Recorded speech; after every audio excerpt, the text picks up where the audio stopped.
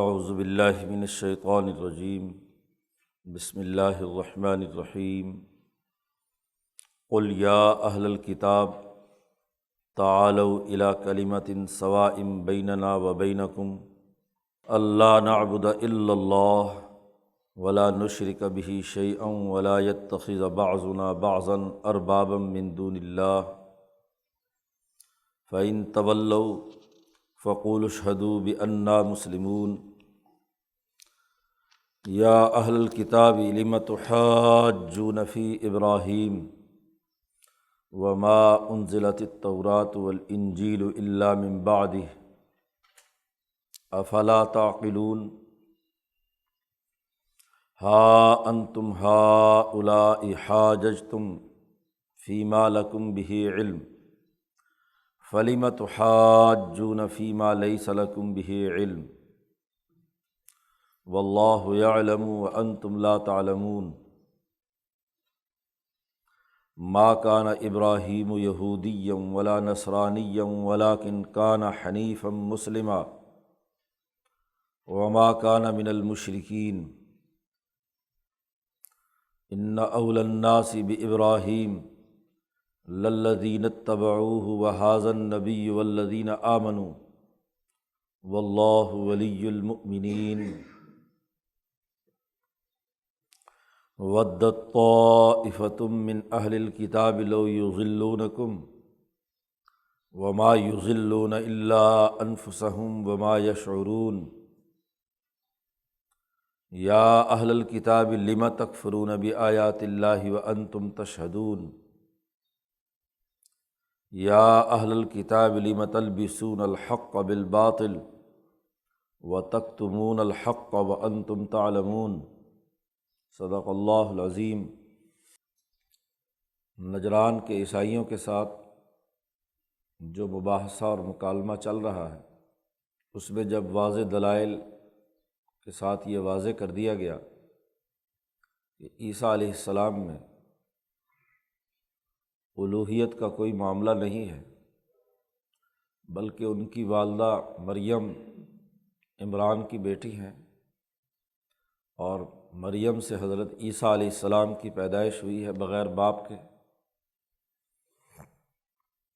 اور یہ کہ عیسیٰ علیہ السلام کے بارے میں جو دوسرا ان کا تصور تھا کہ انہیں سولی چڑھا دیا گیا ہے کفارے کے طور پر، اس کی غلطی بھی ثابت ہو گئی کہ عیسیٰ علیہ السلام کے خلاف انہوں نے سازش کی، مکروا ومکر اللہ، لیکن اللہ نے تدبیر کی کہ عیسیٰ علیہ السلام کو آسمانوں پہ اٹھا لیا گیا، اور یہ بات قطعی طور پر ثابت ہو گئی کہ ما قتلوہ وما صلبوہ ولکن شبہ لہم، کہ نہ تو یہ عیسیٰ علیہ السلام کو قتل کر سکے اور نہ ہی سولی چڑھا سکے، بلکہ بل رفعہ اللہ الیہ، اللہ نے انہیں آسمانوں کی طرف اٹھا لیا۔ پھر مباہلے کی دعوت دی اور اس میں یہ ناکام ہوئے اور صلح کری، جزیہ دینے پر صلح کر کے واپس جانے لگے، تو یہ بات طے ہو گئی کہ مناظرے اور مباحثے میں یہ عیسائیوں کا وفد ناکام ہو چکا ہے، دلائل اور حجتیں اب ان کے پاس باقی نہیں ہیں،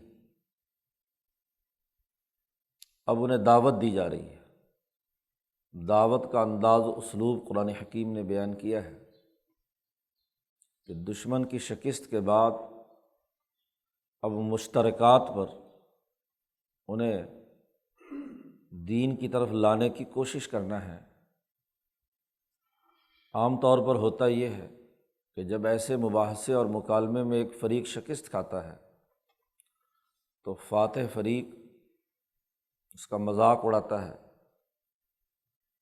طرح طرح سے اپنی بالادستی اور اس کی توہین و تذلیل کے درپے ہوتا ہے، لیکن انبیاء علیہم السلام اور اللہ تبارک و تعالیٰ کا معاملہ یہ ہے کہ وہ انسانوں کو دین حق کی طرف دعوت دینا مقصود ہوتا ہے۔ ان کے پیش نظر یہ نہیں کہ روایتی طور پر دنیا میں مناظرے اور مباحثے یا کامیابی ناکامی کی بات، تو اس لیے جب وہ ان کی اپنے دلوں اور ضمیروں پر یہ چوٹ لگی کہ جو وہ تصورات و خیالات رکھتے ہیں وہ غلط ہیں، تو اب اگلے مرحلے میں انہیں دعوت دی ہے کہ ہمارے درمیان دو باتیں مشترکہ ہیں۔ اسی لیے پیچھے گزرا تھا کہ جب ان سے کہا کہ مسلمان ہو تو انہوں نے کہا ہم تو مسلمان ہیں۔ تو یہاں اسلام کا مطلب کیا ہے، مفہوم کیا ہے؟ وہ اپنی تثلیث کو اسلام سمجھ رہے تھے، یہودیت یا عیسائیت کو معیار سمجھ رہے تھے۔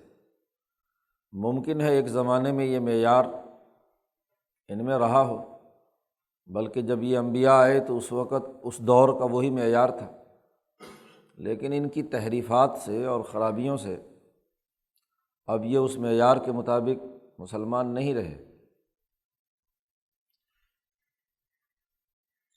پہلا مشترکہ معاملہ تو یہ ہے کہ اللہ تبارک و تعالیٰ کو وہ بھی مانتے ہیں اور ہم بھی تسلیم کرتے ہیں، تو انہیں دعوت دی گئی ہے کہ ہمارے اور تمہارے درمیان یہ جو مشترکہ بات ہے، مشترکہ نکات ہیں، ان پر ہم متفق ہو جائیں اور اس کی بنیاد پر آگے بڑھتے ہیں۔ ایک تو اللہ تبارک و تعالیٰ کی وحدانیت پر یقین رکھیں۔ امام شاہ ولی اللہ فرماتے ہیں کہ توحید کے 4 درجات میں سے پہلے 2 درجے تو تمام مذاہب مانتے ہیں، اللہ کو اس کائنات کا بغیر کسی مادے سے مادہ بنانے والا یعنی ابداع، اسے بھی تسلیم کرتے ہیں، اور اس بات کو بھی مانتے ہیں کہ کائنات کی پیدائش اسی نے کی ہے۔ معاملہ یہ ہے کہ اس وقت اس کائنات کا نظام کون چلا رہا ہے، مدبر السماوات والارض کون ہے، اس میں اختلاف ہے۔ وہ کہتے ہیں کہ ان کے ساتھ مریم اور عیسیٰ بھی شریک ہو گئے، 3 میں 1 اور 1 میں 3 کا تصور۔ دیگر لوگوں نے کچھ اور اپنے بت مشرکین نے بنا لیے تدبیر کے دائرے میں۔ تو اب انہیں دعوت دی جا رہی ہے کہ جب اللہ کو خالق مانتے ہو تو اسے مدبر بھی مانو۔ کائنات کا اس وقت نظام ذات باری تعالیٰ چلا رہی ہے، اور اس ذات باری تعالیٰ نے اگر ایک دور میں موسیٰ علیہ السلام کو رسول بنا کر بھیجا اور ایک دور میں عیسیٰ علیہ السلام کو بھیجا، تو آج اس دور میں حضرت محمد مصطفیٰ صلی اللہ علیہ وسلم کو دنیا میں بھیجا ہے۔ سسٹم کا تقاضا یہی ہے کہ جیسی ضرورت ہو اس کے مطابق افراد اور احکامات تغیر و تبدل کے مراحل سے گزرتے رہیں۔ تو یہاں واضح کیا گیا کہ ان مشترکات پر کہ اللہ کا اس کائنات کے نظام کے چلانے کے حوالے سے اللہ کی وحدانیت کو تسلیم کرو۔ دوسری مشترکہ بات یہ ہے جو اس رکوع میں بیان کی گئی، وہ یہ کہ تم بھی ابراہیم علیہ السلام کو مانتے ہو، ہم بھی ابراہیم علیہ السلام کو مانتے ہیں۔ ابراہیم علیہ السلام کے بارے میں یہ سمجھنا کہ وہ یہودی ہیں یا نصرانی ہیں، یہ تصور غلط ہے۔ تورات انجیل تو بعد میں نازل ہوئی، اب اس کی اساس پر ابراہیم کو یہودی یا عیسائی کہنا یہ خلاف عقل بات ہے۔ تو ان کی عقل کو چیلنج کیا گیا، عقل و شعور کی بنیاد پر غور و فکر کی دعوت دی کہ ابراہیم کے اصل پروگرام کیا تھا۔ تو بتلایا گیا کہ حنیفا مسلماً، جب وہ حنیفیت اور اسلام کے جس معیار پر تھے تو اسی معیار کو جو بھی قائم کرے گا وہ مسلمان ہوگا۔ رسول اللہ صلی اللہ علیہ وسلم اور ان کی جماعت ابراہیم علیہ السلام کے اس معیار کو قائم کر رہی ہے، تو آج کے دور میں ان کے پیروکاروں میں نبی اکرم صلی اللہ علیہ وسلم کی جماعت ہے۔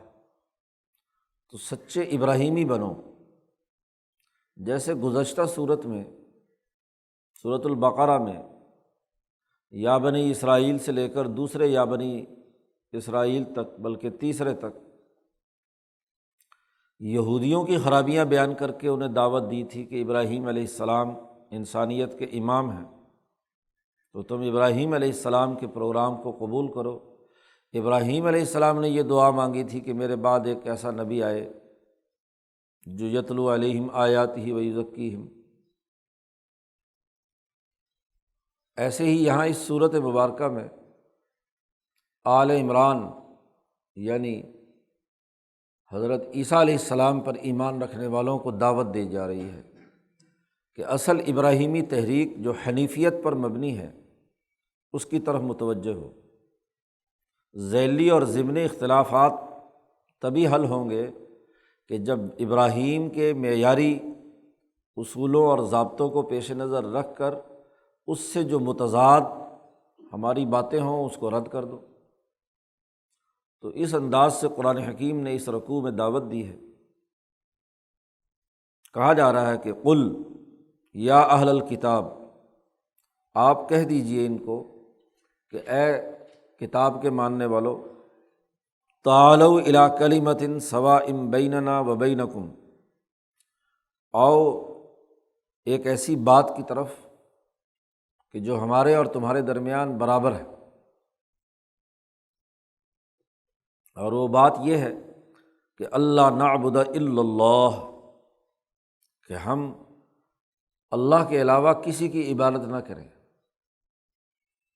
عبادت صرف اور صرف اللہ کی ہو، ولا نشرک بہ شیئا، اور کسی کو بھی اس کے ساتھ شریک نہ ٹھہرائیں، خواہ وہ بتوں کی شکل میں ہو یا مریم اور عیسیٰ کی صورت میں الوہیت کا دعویٰ کیا جائے۔ لا نشرک بہ شیئا، امام شاہ ولی اللہ فرماتے ہیں کہ شرک تدبیر میں ہے اور تجلیات کے نظام میں ہے۔ اللہ کے جو 4 کمال ہیں ان میں پہلے 2 کمال میں دنیا بھر کے تمام فرقوں اور مذہبوں کا اتفاق، فلاسفہ بھی مانتے ہیں، لیکن آخری 2 درجے تدبیر اور تجلیات، اس نظام میں اختلاف، اس کے بارے میں وہ شرک کرتے ہیں۔ تو دعوت دی گئی کہ لا نشرک بہ شیئا، اللہ کے ساتھ کسی کو ہم شریک نہ ٹھہرائیں، ولا یتخذ بعضنا بعضا اربابا من دون اللہ، اور ہم آپس میں کسی کو اللہ کے علاوہ کسی طور پر بھی رب تسلیم نہ کریں، اللہ کے سوا کسی کو رب نہ بنائیں۔ یہ آیت جب نازل ہوئی تو صحابہ نے حضور سے سوال کیا کہ کیسے ایک انسان کسی دوسرے انسان کو اپنا رب بنا سکتا ہے، کیا مطلب ہے اس کا؟ امام بخاری یہ حدیث لائے ہیں، بخاری شریف میں نبی اکرم صلی اللہ علیہ وسلم نے ارشاد فرمایا کہ اربابا من دون اللہ کا مطلب یہ ہے کہ ان کے علماء اور مذہبی رہنما جس چیز کو حلال قرار دیتے تھے اسے وہ حلال سمجھتے تھے، اور جس چیز کو حرام قرار دے دیتے تھے اپنی طرف سے اسے وہ حرام سمجھتے تھے۔ گویا کہ اللہ جو حلال و حرام کا اصل بنبع اور شارع ہے، اس کے بجائے انسانوں میں سے کچھ انسان، خواہ وہ تورات کے حافظ ہی کیوں نہ ہوں، کسی اللہ کے کتاب کے جاننے والے ہی کیوں نہ ہوں، اپنی طرف سے کسی چیز کو حلال و حرام قرار دیں تو دراصل یہ اللہ کی اتھارٹی میں شرک ہے، اس کے ساتھ شریک ہو رہے ہیں۔ جو اختیار اللہ رب العزت کا ہے اس اختیار کو انسانوں میں ماننا ہے، یہی شرک۔ امام شاہ ولی اللہ دہلوی نے حجت اللہ میں اس آیت کی تشریح اور اس حدیث کی تشریح میں یہی بات واضح کی ہے، بلکہ مسلمانوں کے ان فرقوں اور گمراہوں پر بھی کڑی تنقید کی ہے اسی آیت کی روشنی میں کہ جو لوگ نصوص قطعیہ کے بغیر اپنی طرف سے کسی چیز کو حلال و حرام قرار دیتے ہیں، تو اپنی طرف سے حلال و حرام قرار دینا ہی رب بننا ہے۔ یہ اختیار تو اللہ تبارک و تعالیٰ کا ہے۔ رسول اللہ صلی اللہ علیہ وسلم یا دیگر انبیاء کو بھی صرف یہ اختیار ہے کہ اللہ نے جسے حلال و حرام قرار دیا ہو اس کی اطلاع دنیا کو دیں اور اس کا نفاذ کروائیں۔ نبی کو بھی یہ اختیار اپنی ذات میں نہیں ہے اللہ کے علاوہ کہ وہ حلال و حرام انسانیت کے لیے مقرر کرے۔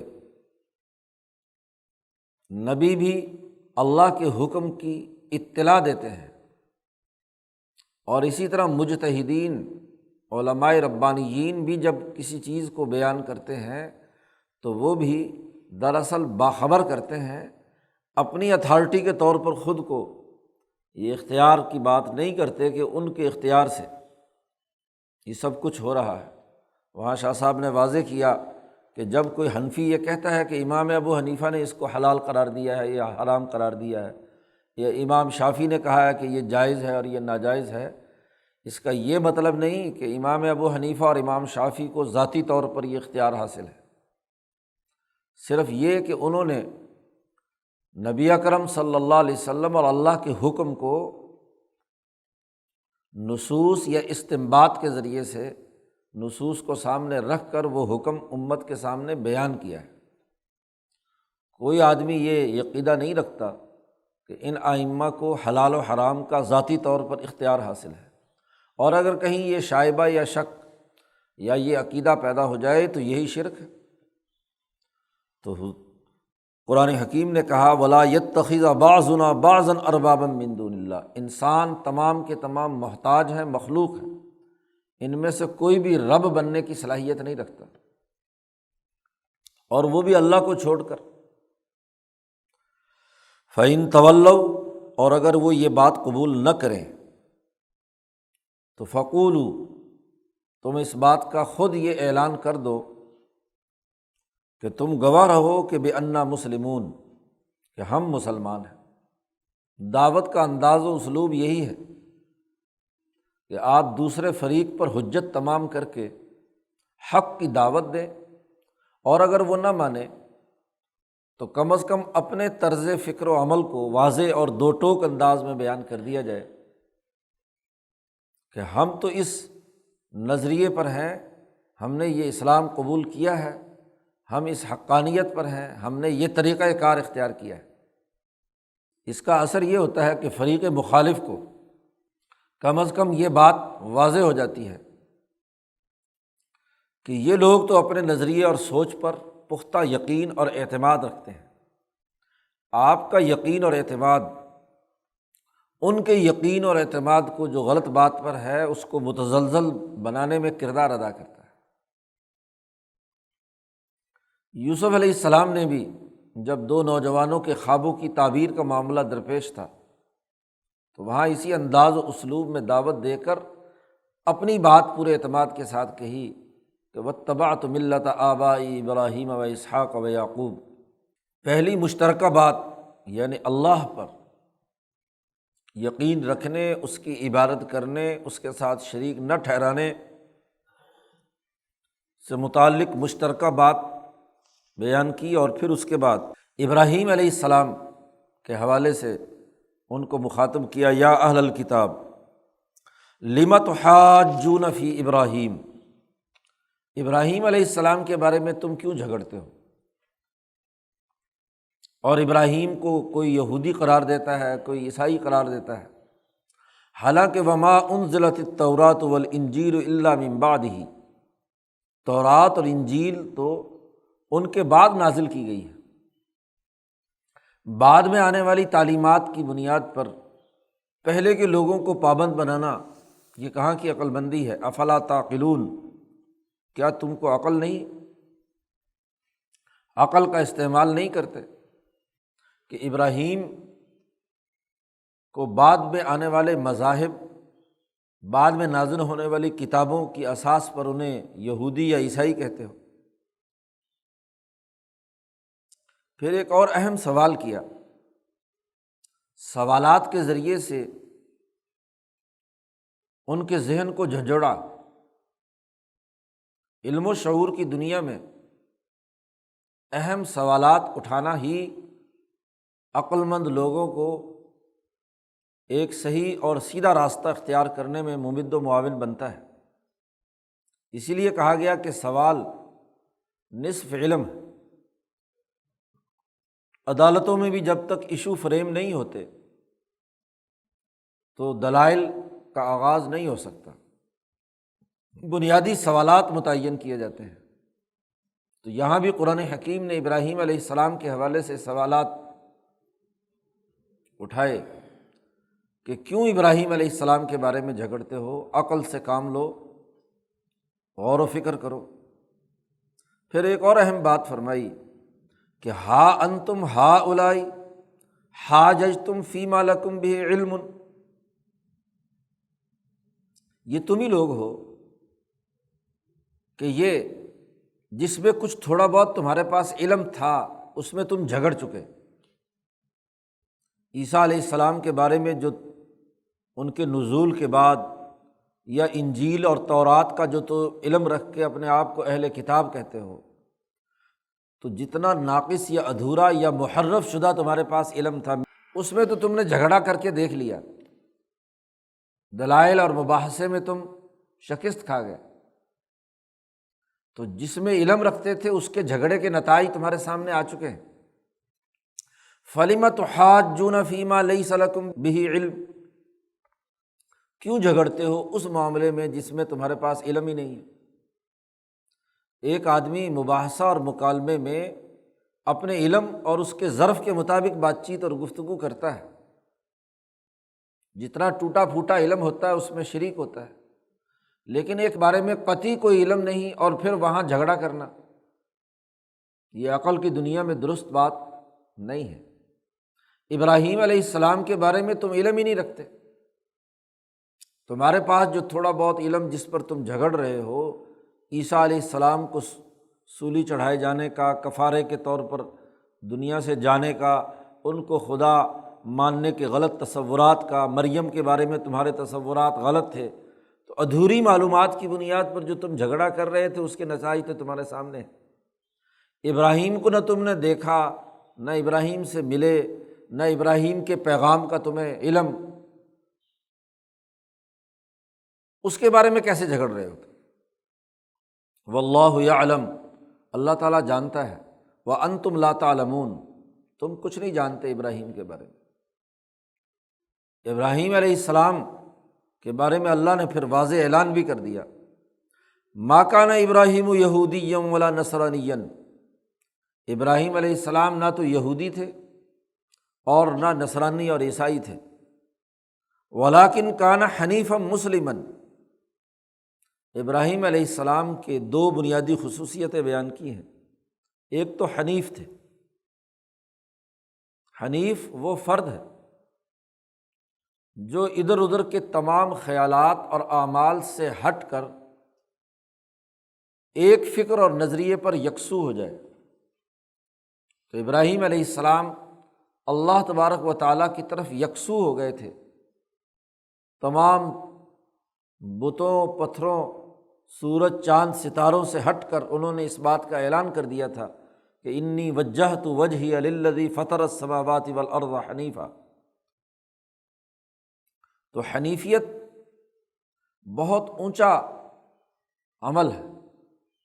انسان کو دنیا میں کام کاج کرتے ہوئے سب سے بڑی مشکل یہی پیش آتی ہے کہ کیا اس کام کے بارے میں وہ یکسو ہے، شکوک و شبہات علمی طور پر ہوں یا عملی طور پر بے دلی سے انسان کام کر رہا ہو، تو اس کے نتائج نہیں نکلتے۔ نتائج تبھی نکلتے ہیں کہ جب علمی طور پر یکسو ہو کہ جو میں کام کرنے چلا ہوں یہ واقعی اور قطعی ہے، 2 اور 2 4 کی طرح اس کے نتائج آئیں گے، قطعی طور پر اس کے نتائج ظاہر ہوں گے، اس پر یکسو ہو جائے۔ اور جب ذہن اور علم کسی کام کی طرف یکسو ہو جاتا ہے تو پھر جسم اور اس کے اعضاء اور اعمال بھی یکسو ہو جاتے ہیں، اور جب علم و عمل کسی چیز پر یکسو ہو جائے تو اس کے مکمل نتائج ظاہر ہوتے ہیں۔ تو ابراہیم علیہ السلام ذہنی، قلبی اور اپنی قوائے عقلیہ کی بنیاد پر یکسو تھے ذات باری تعالیٰ، تو علمی طور پر حنیف ہیں اور عملی طور پر مسلمن، جو نظریہ، جو سوچ، جو اللہ کی وحدانیت پر انہیں علم تھا، اپنے تمام اعضاء اور جوارح اس کی فرما برداری میں انہوں نے استعمال کیے ہیں، حنیف بھی ہیں اور مسلم بھی ہیں۔ انسان ان دو دائروں سے باہر نہیں ہوتا۔ امام شاہ ولی اللہ فرماتے ہیں کہ انسان کی حیوانیت سے اوپر اٹھ کر جو سب سے بڑی صلاحیت ہے وہ قوۂ عقلیہ اور قوۂ عملیہ ہے۔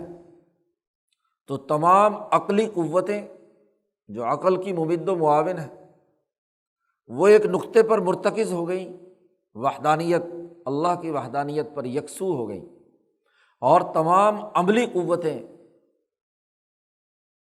فرما بردار بن گئیں اسی نظریے اور سوچ کی جس پر وہ یکسو ہوئی ہیں، ان کی عقلی قوتیں۔ اور پھر عقل میں بات پہلے آتی ہے اور عمل میں بات بعد میں آتی ہے۔ کسی چیز کا علم ہوتا ہے اور پھر اس کے بعد عمل ہوتا ہے۔ تو ابراہیم علیہ السلام میں یہ دو بنیادی خصوصیت ہے۔ اگر ابراہیم کو ماننا ہے، جیسا کہ تم رسمی طور پر بنی اسرائیل کے آباء و اجداد میں انہیں مانتے ہو، تو پھر ابراہیم کے تو یہ دو وصف ہیں، تو تم بھی اس وقت یکسو ہو جاؤ، علم کو یکسو بناؤ، غور و فکر کرو کہ ابراہیم کی دعوت کیا تھی۔ یہ بات بیان کی جا چکی کہ ابراہیم علیہ السلام انسانیت کے امام ہیں۔ انی جاعلک للناس اماما، ابراہیم نے یہ دعا مانگی تھی کہ ربنا وبعث فیہم رسولا منہم۔ تو ابراہیم کی یہ دعا تمہاری کتابوں میں بھی بطور نشانی کے موجود ہے۔ تو اس کی بنیاد پر غور و فکر کرو اور یکسو ہو جاؤ، حنیفا مسلمن، وما کان من المشرکین، اور وہ مشرکین میں سے نہیں تھے۔ یہودیت اور نصرانیت تو شرک ہے کہ کہیں عزیر کو اللہ کا بیٹا مانتے ہیں اور کہیں عیسیٰ علیہ السلام کو اللہ کا بیٹا مانتے ہیں۔ تو ابراہیم نے کبھی شرک نہیں کیا، وہ توحید کے تمام درجات میں اعلیٰ ترین طور پر یکسو اور عملی طور پر فرما بردار تھے۔ اور جب یہ بات ہے تو اب دیکھنا ہے کہ ابراہیم کے اس معیار کے ساتھ سب سے زیادہ مناسبت رکھنے والے لوگ کون ہیں۔ قرآن کہتا ہے ان اول الناس بابراہیم، ابراہیم کے ساتھ سب سے زیادہ اعلیٰ درجے کی مناسبت رکھنے والے انسان وہ ہیں جو للذین اتبعوہ، وہ جو ان کی اتباع کرنے والے تھے۔ جیسے بنی اسرائیل کے تمام انبیاء، بالخصوص ابراہیم علیہ السلام کے دو بیٹے اسحاق اور اسماعیل، اور پھر اسحاق کے بیٹے یعقوب، یہ مکمل طور پر ابراہیم کے مشن پر تھے۔ اب اگر اسحاق کے اولاد میں انبیاء کو تم مانتے ہو تو اسماعیل کی اولاد میں حضرت محمد مصطفیٰ صلی اللہ علیہ وسلم کو کیوں نہیں مانتے؟ یہ معیار ہے الذین اتبعوہ۔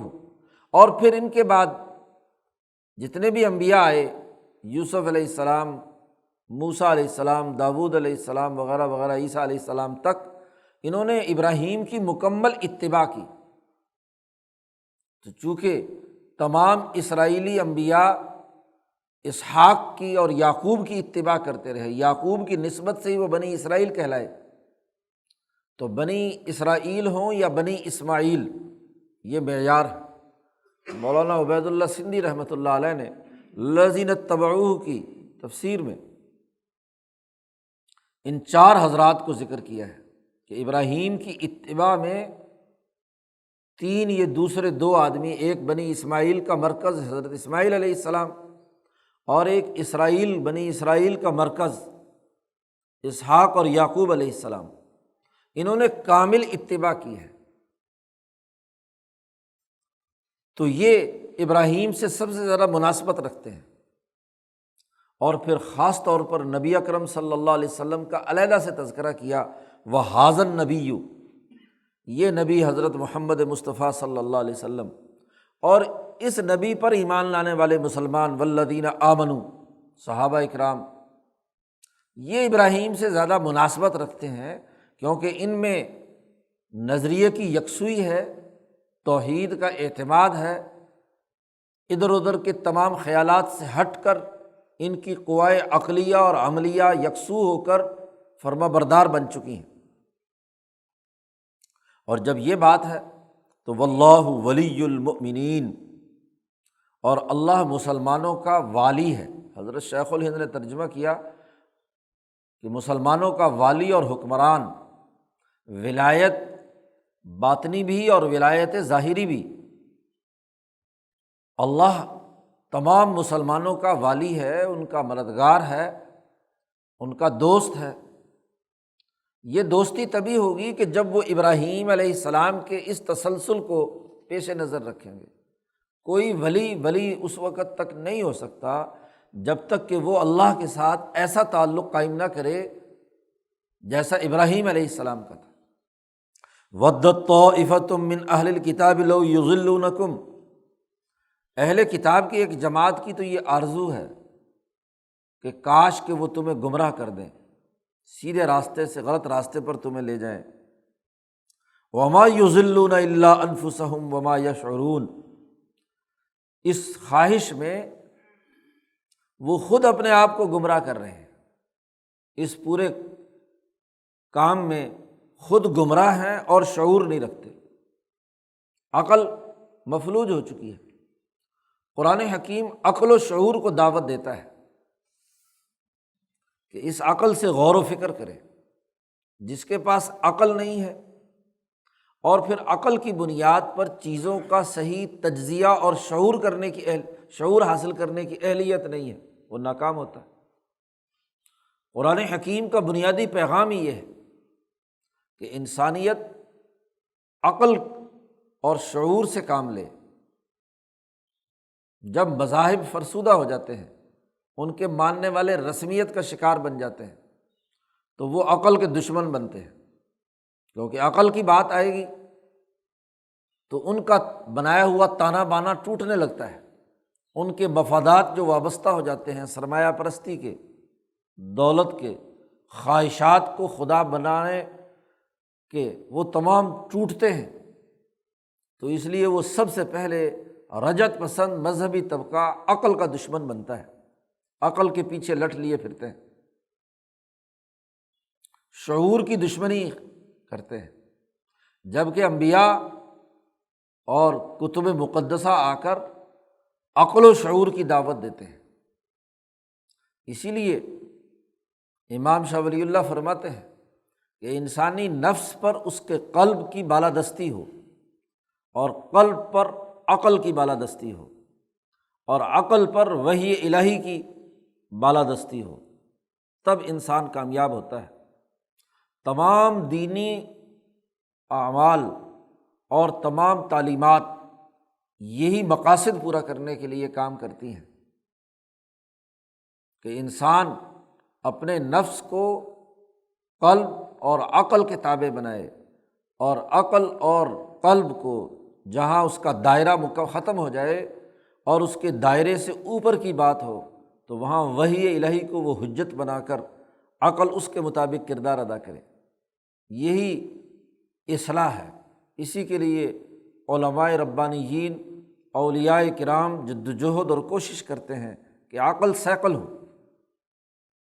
روزہ بھی اسی لیے ہے کہ نفسانی خواہشات کمزور ہوں اور عقل اور شعور بڑھے۔ زکوٰۃ اور دیگر عبادات، نماز جو یکسوئی پیدا کرتی ہے، اس کے نتیجے میں بھی انسان میں وہ عقل و شعور پیدا ہو کہ جس کی اساس پر وہ انسانی مسائل درست تناظر میں حل کرنے کی اہلیت اور صلاحیت پیدا کر لے۔ یا اہل الکتاب لم تکفرون بآیات اللہ، اللہ کی آیات کا کیوں انکار کرتے ہو؟ وانتم تشہدون، حالانکہ تمہارے دل گواہی دے رہے ہیں، جیسا کہ پیچھے گزرا تھا کہ وفد نجران کا جو سربراہ ابو حارثہ ابن علقمہ تھا، اس نے اپنے چھوٹے بھائی سے یہ بات کہی تھی کہ نبی تو سچے ہیں، ہماری کتابوں میں جو علامتیں ہیں وہ موجود ہیں، لیکن کیا کریں کہ اگر ہم یہ بات مانتے ہیں ان کی، تو یہ جو ہمیں قیصر کی طرف سے مال ملتا ہے، اس کی طرف سے جو عزت دربار میں ملتی ہے، یہ تمام چیزیں ختم ہو جائیں گی۔ مالی مفادات، حب مال اور حب جاہ، یہ انسان کے راستے کی رکاوٹ بن جاتے ہیں۔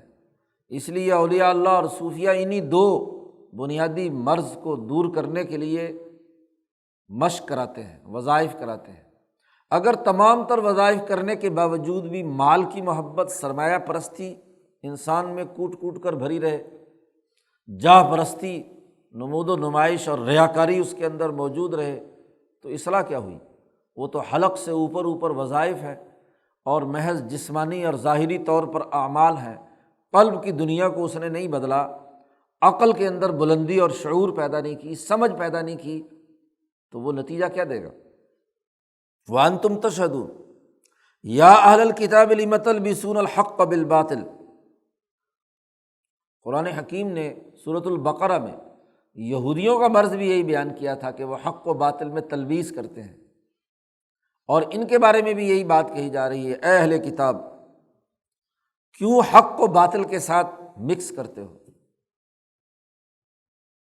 مکمل طور پر باطل کبھی بھی نہیں چل سکتا، مکسنگ ہوتی ہے کہ کچھ سچ بات لے لی، کچھ جھوٹ لے لی، کوئی ادھر کی لے لی، کوئی ادھر کی لے لی، ایک مکسچر تیار کیا جائے، حق و باطل میں تلبیس کی جائے۔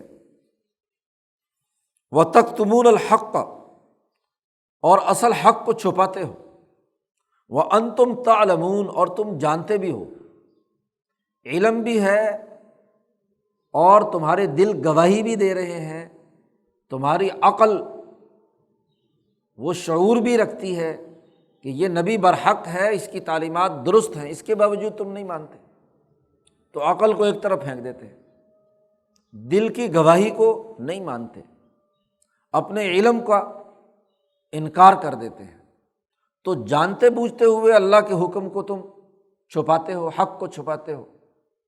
تورات میں جہاں حضور صلی اللہ علیہ وسلم کی نشانیاں اور انجیل میں موجود تھیں، ان کو چھپا کر تم انکار کرتے ہو نبی کا۔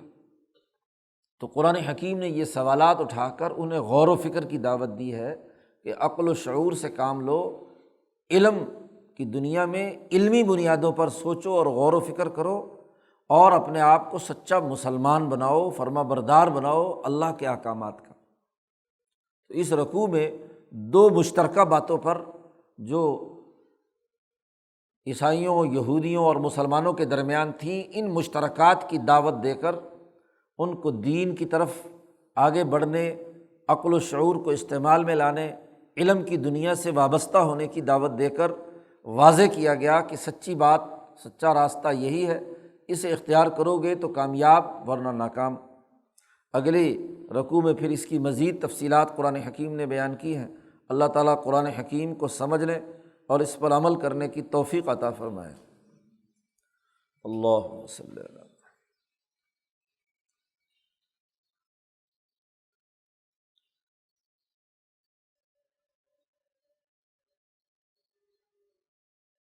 اجمعین۔